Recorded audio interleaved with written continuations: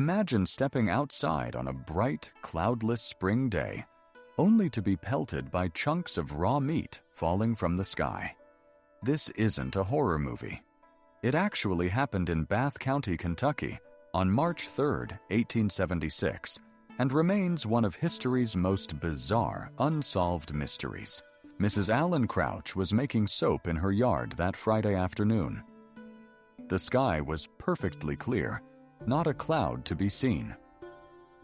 Suddenly, flakes of what appeared to be fresh meat began falling all around her, covering an area roughly 100 yards long and 50 yards wide.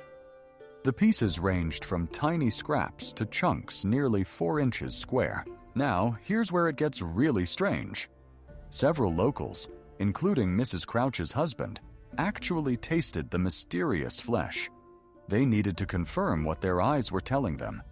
Their verdict? It was definitely meat. Some said it tasted like mutton or venison. Others compared it to bear meat. All agreed on one thing. This was real animal flesh. Word spread fast. Scientists from around the region requested samples. Dr. Alan McLean Hamilton examined pieces under a microscope. Leopold Brandeis, a professor from the Medical College of Louisville, conducted his own analysis. The scientific community was captivated. What could possibly explain meat falling from a clear sky? The theories came flooding in, each more peculiar than the last. Some suggested a whirlwind had swept through a slaughterhouse miles away, carrying animal remains high into the atmosphere before dropping them over Bath County. But there were no reported tornadoes that day, and the meat was fresh, still soft to the touch, not dried or frozen from high-altitude travel. The most widely accepted explanation emerged from what scientists call the vulture vomit theory.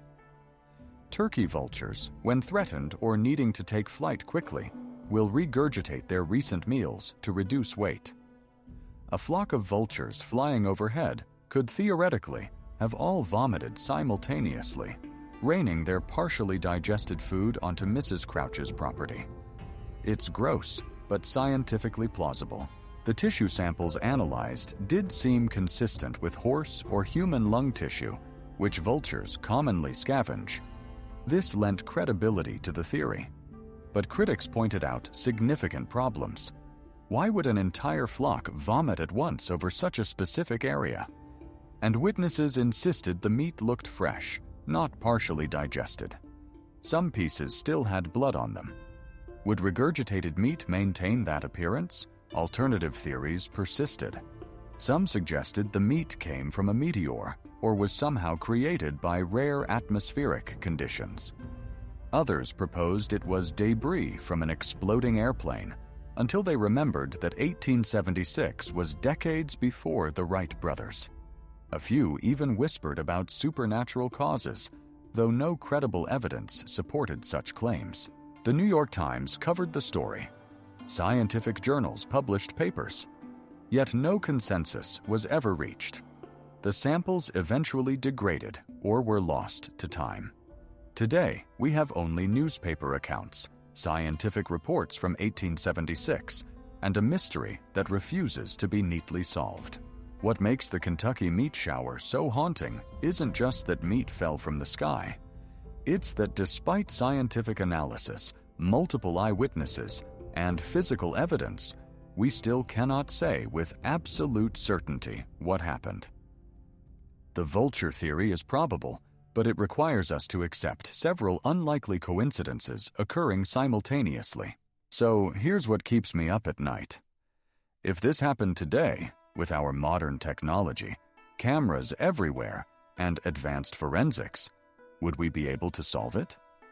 Or are there some phenomena so strange, so perfectly timed in their peculiarity, that they remain forever beyond our complete understanding?